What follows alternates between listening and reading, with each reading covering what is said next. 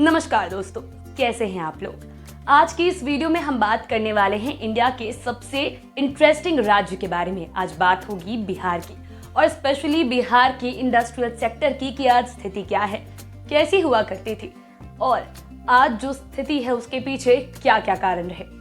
बिहार के investors meet का आयोजन मई 2022 में किया गया था। इस इन्वेस्टर्स मीट में बड़ी बड़ी कंपनीज आई थी। Adani groups, ITC, Britannia, Ambuja cement, Flipkart, Amazon, coca cola, हर किसी ने अपनी हाजिरी दी थी। उसके बाद ये मीट सक्सेसफुल भी रही और नतीजा ये हुआ कि बिहार को उसका पहला एथेनॉल प्लांट मिल गया और पेप्सी बॉटलिंग प्लांट भी इस्टेब्लिश किया गया।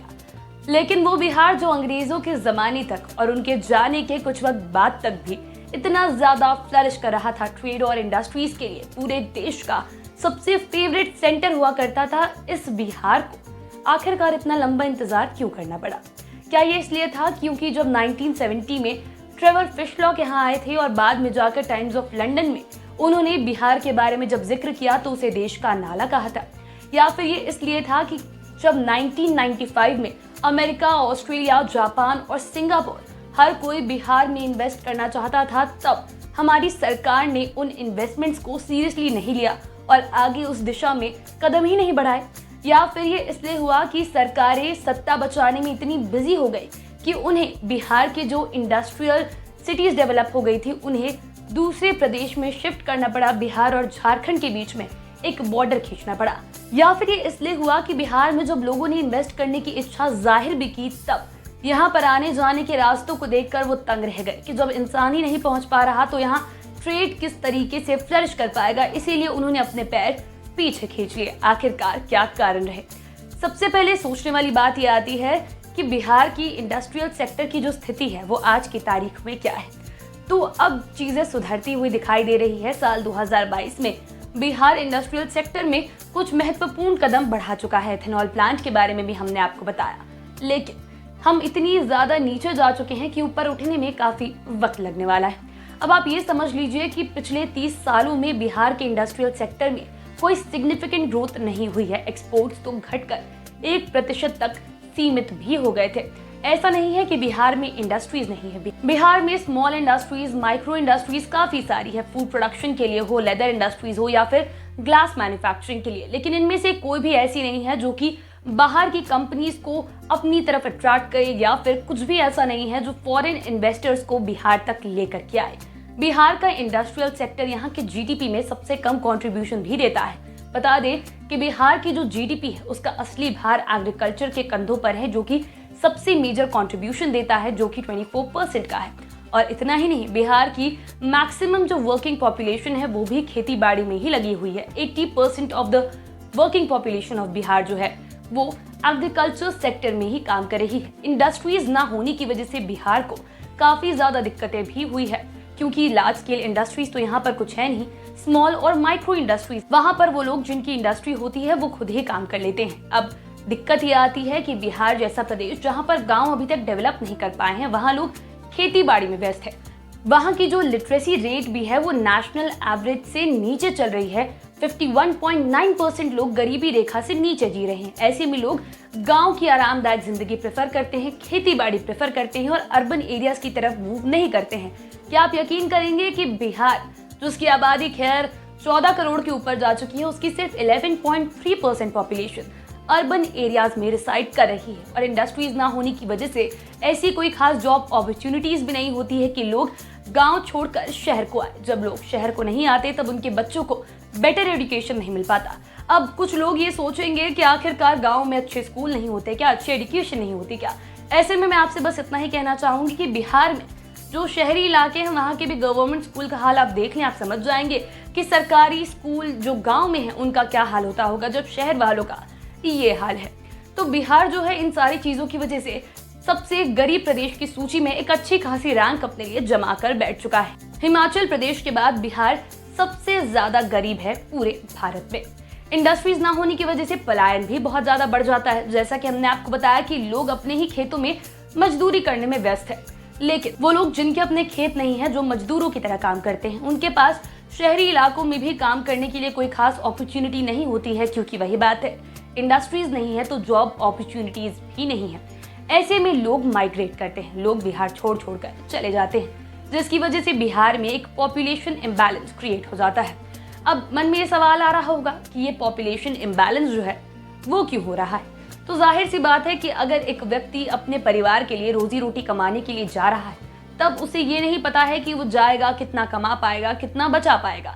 ऐसे में पूरे परिवार को लेकर अक्सर कोई पलायन नहीं करता है। परिवार वालों को अपने गांव में छोड़कर, बीवी बच्चों और बूढ़े माँ बाप को छोड़कर नौजवान जो है दूसरे शहरों की तरफ रुख कर जाते हैं। ऐसे में बिहार की पॉपुलेशन में उन लोगों की मेजॉरिटी हो जाती है जो कि बिहार के लिए कुछ प्रोडक्टिव नहीं कर सकते हैं, जो कि बिहार की इकोनॉमी में अपना योगदान नहीं दे सकते हैं। और यही एक कारण है जिसकी वजह से अब बिहार बूढ़ों का प्रदेश भी होता जा रहा है, क्योंकि जो भी जवान लोग हैं वो तो बिहार छोड़कर नौकरी की तलाश में कहीं और चले जाते हैं और यहाँ पर सिर्फ ऐसे लोग बच जाते हैं जो कि हर महीने एक मनी ऑर्डर का इंतजार करते हैं, लेकिन वो खुद जाकर अपने लिए, अपने परिवार के लिए रोजी रोटी नहीं कमा पाते हैं।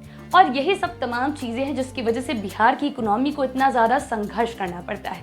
यही चीजें हैं जिनकी वजह से बिहार की आधी से ज्यादा जनता जो है वो गरीबी रेखा के ऊपर भी नहीं आ पा रही है, क्योंकि कोई ऑप्शन नहीं है, कोई नौकरी नहीं है। जैसा हमने आपको बताया, कुछ छोटी छोटी इंडस्ट्रीज है, लेकिन वो इतनी बड़ी नहीं है कि वो बिहार में जनरेट कर पाए अपॉर्चुनिटीज, बिहार में एम्प्लॉयमेंट अपॉर्चुनिटीज लोगों को दे। बिहार में इंडस्ट्रीज ना होने का इन सब की वजह से एक और कारण बन जाता है कि बिहार में लैक ऑफ कैपिटल है। हमारी सरकार के पास उतने पैसे नहीं है जितना वो इन्वेस्ट कर बड़ी कंपनीज जो है वहाँ एस्टैब्लिश कर दे, बड़ी बड़ी इंडस्ट्रीज यहाँ पर सेटअप कर दे, और ना ही हम उतना रेवेन्यू दे पाते हैं टैक्स के रूप में जिससे बिहार सरकार को कुछ स्ट्रॉन्ग कैपिटल मिल पाए। तो ये सारी तमाम बातें हैं। लेकिन अब चलिए अगले सवाल की तरफ बढ़ते हैं। क्या चीजें हमेशा से ऐसी ही थी? क्या बिहार हमेशा से इसी तरीके से गर्दिश में रहा था? तो जी नहीं, बिहार का जो इंडस्ट्रियल सेक्टर का इतिहास है वो स्वर्ण अक्षरों से लिखा हुआ है। 1600s की भी बात करें अगर, तब जब अंग्रेज भारत में आए ही थे, उन्होंने भारत में अपने कदम ही रखे थे, तब भी बिहार उनके लिए एक फेवरेट सेंटर था ट्रेड के लिए, इंडस्ट्री सेटअप करने के लिए। अब ये आप एक किस्से से समझिए। 1612 में अंग्रेज यहाँ आए थे। आगरा से उन्होंने पटना में ट्रेड करने के बारे में सोचा। तब पहली कोशिश 1620 में की गई थी, लेकिन दूरी बहुत थी, आने जाने का खर्चा, तमाम बातें, वक्त जाया होना, इसकी वजह से पहला अटेम्प्ट फेल हो गया। लेकिन पटना इतना ज्यादा फ्लरिश कर रहा था ट्रेड के मामले में, चाहे वो क्रॉकरीज हो, कपड़ों की बात हो, फूड इंडस्ट्रीज हो, हर चीज में पटना टॉप पे था। ऐसे में दूसरी कोशिश करना तो बनता था। दूसरा अटेम्प्ट भी किया गया 1632 में।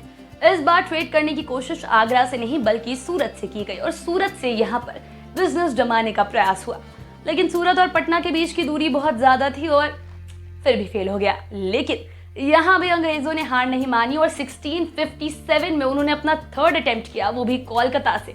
कोलकाता से बिहार का रूट काफी आसान था, गंगा के रास्ते चीजें बहुत स्मूथली हो जाती थी, इसीलिए थर्ड अटेम्प्ट जो कि 1657 में हुआ उसमें चीजें स्मूथली चलने लगी और पटना में उन्होंने अपनी इंडस्ट्रीज सेटअप कर ली। आपको बता दें कि जब अंग्रेज नए नए पटना में पहुंचे थे, जब उन्होंने पटना को फिगर आउट किया था कि अच्छा एक ट्रेड के लिए इतनी शानदार जगह है, तब तक यहाँ पर पोर्टुगीज जो है इसे अपना फेवरेट सेंटर बना चुके थे ट्रेडिंग के लिए। चीजें पटना से लेकर जाकर वो दूसरी जगहों पर बेचा करते थे, अपने मटेरियल्स लेकर आते थे, पटना के शानदार मार्केट में उसका प्रदर्शन करते थे। और पटना उस दौरान, अब आपको बताएं कि 17th सेंचुरी में पटना के बाकी की एशियन कंट्रीज के साथ साथ इसके अलावा अफ्रीकन कंट्रीज के साथ भी काफी अच्छे रिलेशंस बन चुके थे। यूरोपियन नेशंस भी पटना के मार्केट को काफी ज्यादा प्रेफर करते थे। अब आप समझ सकते हैं कि कितना ग्लोरियस रहा होगा, क्योंकि पटना को उस दौरान कॉस्मोपॉलिटन शहर की उपाधि भी दी गई थी। अब आप सोच रहे होंगे कि ऐसे ऐसी बातें कहाँ से आ रही है, पटना और कॉस्मोपॉलिटन शहर। तो बहुत से ब्रिटिशर्स यहाँ आए थे, उनमें से कई लोगों ने अपने ट्रैवल लॉग्स में पटना का जिक्र किया और जानते हैं सिर्फ और सिर्फ अच्छी बातें लिखी है इस शहर के बारे में। कुछ ट्रैवल लॉग्स हम आपके साथ शेयर भी करना चाहेंगे। एक एमा थी, वो आई और उन्होंने पटना को देखा, पटना में रही और पटना से उन्हें काफी ज्यादा लगाव हो गया। लेकिन पटना में उन्होंने एक पिकल्स इंडस्ट्री के बारे में बहुत लिखा, एक ऐसे आदमी के बारे में लिखा जो यहाँ फूड इंडस्ट्री काफी अच्छे तरीके से चला रहा था। क्या लिखा है एमा ने, आपको हम वो सुनाते हैं। एमा रॉबर्ट्स का वृत्तांत सबसे महत्वपूर्ण था। ये पुस्तक के रूप में scenes and creativity of Hindustan with sketches of Anglo Indian society 1837 में पब्लिश हुआ था। उन्होंने लिखा था कि हॉवेल दीघा में काफी बड़े पैमाने पर अपना कारोबार चला रहे हैं, जिसकी तुलना पूरे हिंदुस्तान में कोई और ब्रिटिश कारोबारी नहीं कर सकता। आगे उन्होंने लिखा कि हॉवेल की नाव हिल्सा मछली पकड़ने के लिए हुगली नदी के मुहाने तक जाती है। उसके बाद उसे ठीक से तैयार करके हिंदुस्तान के हर हिस्से में भेजा जाता है। हॉवेल के फार्म का तैयार किया हुआ चटनी, सॉसेस, बेकन, हैम्स, बीफ इत्यादि बड़े पैमाने पर कलकत्ता भेजे जाते हैं। कलकत्ता से ये लंदन तक भी जाते हैं। इनकी गुणवत्ता किसी भी तरीके से इंग्लैंड में तैयार ऐसे खाद्य पदार्थों से कम नहीं होती। हॉवेल ने वाइन बनाने पर भी अपने हाथ आजमाए। यद्यपि ये बहुत उम्दा नहीं, लेकिन फिर भी वैसा बुरा भी नहीं कि उसे चखा ना जा सके। एमा ने लिखा कि दीघा फार्म में पूरे वर्ष हजारों की संख्या में लोग अलग अलग विभागों में काम करते हैं। निश्चित रूप से एक बहुत बड़ी रकम इन्हें तनख्वाह के रूप में दी जाती होगी। बता दें कि एक ट्रैवलर मनुची भी आए थे और उन्होंने भी पटना का जिक्र अपने ट्रैवल लॉग्स में किया था, जिसमें उन्होंने पटना को एक काफी अच्छा शहर पाया था जो कि गंगा नदी के किनारे बसा था। आबादी उस वक्त करीब 3 लाख की थी और यहाँ का मार्केट काफी ज्यादा शानदार था। पटना की कुछ चीजें ऐसी थी जिन्होंने ब्रिटिशर्स को खास रूप से अट्रैक्ट किया था। यहाँ के शोरे का उत्पादन और यहाँ की अफीम। शोरे को लेकर तो यहाँ पर उन्होंने फैक्ट्रीज भी सेटअप की थी। बता दें कि शोरे का इस्तेमाल गन पाउडर के मैन्युफैक्चरिंग में किया जाता था और अंग्रेजों ने उसे लेकर यहाँ काफी सारी इंडस्ट्रीज भी सेटअप की थी। जब मनुची यहाँ आए थे तब यहाँ पर मेजरली 2 इंडस्ट्रीज थी, एक डच लोगों की थी और दूसरी ब्रिटिशर्स की थी। इसके बारे में भी उन्होंने अपने ट्रैवल लॉग में जिक्र किया था। लेकिन पटना में कपड़ों का व्यापार भी काफी ज्यादा अच्छा था। यहाँ पर ऐसे लोग थे जो कि हाथ से कपड़े बुनते थे और उन कपड़ों को देश विदेश में हर जगह पसंद किया जाता था। दुनिया के कोने कोने में पटना के कारीगरों के बनाए कपड़े पहुंचते थे और ये इतना ज्यादा ब्रिटिशर्स के लिए एक टेंशन वाली बात हो गई थी कि उन्होंने अपने मार्केट के कपड़े पटना के मार्केट में उतारना स्टार्ट किए। मैनचेस्टर के बने कपड़े पटना के मार्केट में डाले गए और तब तक जब तक पटना का जो टेक्सटाइल मार्केट था, जो लोग हाथ से बनाकर काम करते थे, वो पूरा खत्म नहीं हो गया था। इसके बारे में एक डिटेल रिपोर्ट हम आपको कुछ ही सेकंड में बताने वाले हैं, लेकिन उसके पहले एक बार अफीम की भी चर्चा कर लेते हैं। हमने आपको बताया कि शोरे और अफीम को लेकर ब्रिटिशर्स काफी ज्यादा एक्साइटेड थे। अफीम के साथ बात क्या थी? अफीम के साथ बात ये थी कि ब्रिटिशर्स की डायरेक्टली प्रोड्यूस कोई भी ऐसी चीज नहीं थी जो चाइना उनसे खरीदता था। चाइना को वो उनके प्रोडक्ट्स के बदले चांदी देते थे, लेकिन चाइना से कुछ ले नहीं पाते थे। तब पटना में जो अफीम थी उसका इस्तेमाल कर ब्रिटिशर्स ने चाइनीज को लूटने का काम मन भर किया था। अब चलिए एक बार 1790 की एक रिपोर्ट पर नजर डालकर देखते हैं कि पटना की मार्केट का हाल उस दौरान कैसा हुआ करता था। 1790 की रिपोर्ट के अनुसार शहर में कपड़े की 11,000 दुकानें थी, जिनमें धूनियों की 153 दुकानें जो रजाई के लिए रुई तैयार करते थे, 124 दुकानें कपड़े बेचने वालों की थी, 71 दुकान कालीन बेचने वालों की थी। रिपोर्ट के अनुसार पटना जिले में 175 जुलाहों का गांव था। 1830 में कंपनी ने मैनचेस्टर इंग्लैंड में बने कपड़ों को पटना के बाजार में डालना शुरू किया। यहाँ के कपड़ों से 4 गुना कम कीमत पर इन्हें बेचा जाने लगा। 1860 आते आते पटना वासियों की निर्भरता मैनचेस्टर में बने कपड़ों पर हो गई। इंग्लैंड से आयातित सस्ते कपड़ों की वजह से यहाँ का हथकरघा उद्योग नष्ट हो गया। कंपनी की एक रिपोर्ट में इसे डेथ बाय मैनचेस्टर भी लिखा गया है। तो चीजें कुछ इस तरीके से बदलती गई जब ब्रिटिशर्स ने यहाँ के लोगों के बिजनेसेस को बंद कर अपने बिजनेस सेटअप करना स्टार्ट किया। ये 18th सेंचुरी के एंड तक हो रहा था। लेकिन अब एक सवाल आता है कि जब अंग्रेज गए 1947 के बाद से पटना की आखिरकार क्या स्थिति थी? क्या तभी हम लोग गर्दिश में आ चुके थे?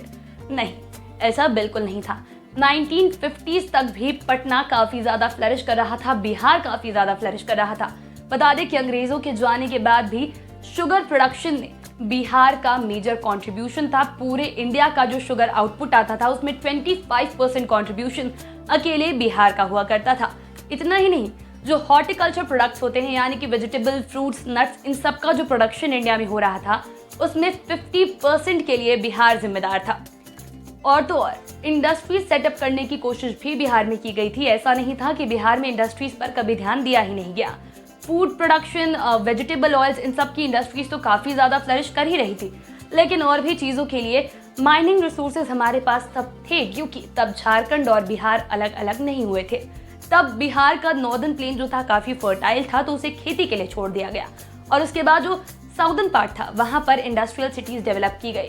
बोकारो, जमशेदपुर, धनबाद, रांची, ये सारे शहर तैयार किए गए, जिससे बिहार काफी ज्यादा अच्छा कर रहा था और आगे भी कर सकता था अगर दोनों अलग ना हुए होते तो। बिहार और झारखंड के अलग होने का कारण बस ये बताया जाता है कि उस वक्त जो मुख्यमंत्री अपनी कुर्सी बचाने के लिए वापस चुनाव में उतरे हुए थे, उन्हें चुनाव जीतने का एक ही रास्ता नजर आया था कि बिहार और झारखंड को अगर अलग कर देंगे तो अच्छा खासा वोट बैंक हमारा हो जाएगा, और इसीलिए बिहार और झारखंड का विभाजन कर दिया गया। और झारखंड के अलग होते ही बिहार की जो इंडस्ट्रियल सिटीज थी, जो कि उसके लिए पावर हाउस का काम कर सकती थी, वो सारी उससे छिन गई। उसके बाद जो इंडस्ट्रीज बनी वो आज तक उन सिटीज का लेवल मैच भी नहीं कर पाई है। सरकार ने शुरुआती दिनों में बहुत कोशिशें करने का दिखावा किया, लेकिन 1995 में जब ब्रिटेन, ऑस्ट्रेलिया, सिंगापुर इन सब ने इन्वेस्टमेंट्स की इच्छा जाहिर की, तब सरकार ने उन्हें सीरियसली लिया ही नहीं। उसके बाद बिहार के जब सुशील मोदी डेप्यूटी सीएम रहे थे, तब उन्होंने ये बयान दिया था कि बिहार में अगर बड़े बड़े इन्वेस्टर्स आते भी हैं तो सरकार को उन्हें अलॉट करने के लिए बड़े लैंड्स नहीं है, क्योंकि यहाँ पर जमीन जो है वो किसानों की है, तो खेती की जमीन लेकर हम इंडस्ट्री सेटअप करने के लिए नहीं दे सकते, वरना वोटर्स नाराज हो जाएंगे। आखिरकार लोग कहाँ जाएंगे अगर उनकी खेती वाली जमीन पर इंडस्ट्रीज खड़ी कर दी जाएगी तो। मुख्यमंत्री नीतीश कुमार ने भी कई बार अपने बयानों में कहा कि बिहार में इंडस्ट्रीज ना होने का कारण ये है कि ये लैंडलॉक्ड एरिया है, कोई समुद्र नहीं है, इसीलिए इन्वेस्टमेंट्स नहीं हो पा रही। लेकिन ऐसा नहीं था, लोगों ने इन्वेस्ट करने की इच्छा जाहिर की, लेकिन बिहार के पुअर इंफ्रास्ट्रक्चर को देखकर कंपनीज ने अपने अपने पैर पीछे खींच लिए, क्योंकि ये भी कहा गया था मुख्यमंत्री के द्वारा है कि जहां एक सड़क बनने में 10 साल लग जाते हैं, वहां इंडस्ट्रीज क्या ही बनेगी। तो ऑब्वियस सी बात है, जब इन्वेस्टर्स को अपना प्रॉफिट नहीं दिखा, तब उन्होंने डिसाइड किया कि नहीं, ये हमें नहीं करना है, यहाँ से दूर रहे वही हमारे लिए बेहतर होगा। बिहार में ट्रैफिक जाम की भी समस्या ऐसी थी कि जब लोग एयरपोर्ट से अपने होटल तक जाते तब ही अपना सर पकड़ लेते थे कि यहाँ जब हम जो अपना बिजनेस सेटअप करने आए हैं उन्हें इतनी दिक्कत हो रही है, तो कोई और पैसे खर्च कर ये टॉर्चर भरा क्यों सहेगा। ऐसे में लोग अपने अपने पैर कई कारणों से पीछे खींचते चले गए। लेकिन साल 2022 में चीजें थोड़ी सुधरती हुई नजर आ रही है और धीरे धीरे ही सही आगे की तरफ कदम बढ़ने लगे हैं, लेकिन मंजिल अभी भी काफी दूर है, क्योंकि थोड़ा वक्त लगेगा बिहार में बड़ी बड़ी इंडस्ट्रीज बनाने में। वो लोग जो कि मजदूरी करने के लिए अपने बिहार को छोड़ गए, उन्हें एक अच्छी नौकरी देकर बिहार में वापस लाने में। अगर वीडियो अच्छी लगी तो लाइक करें, कमेंट करें, दोस्तों के साथ शेयर करें, और आप मेरे साथ इंस्टाग्राम और फेसबुक पर भी जुड़ सकते हैं। बाय।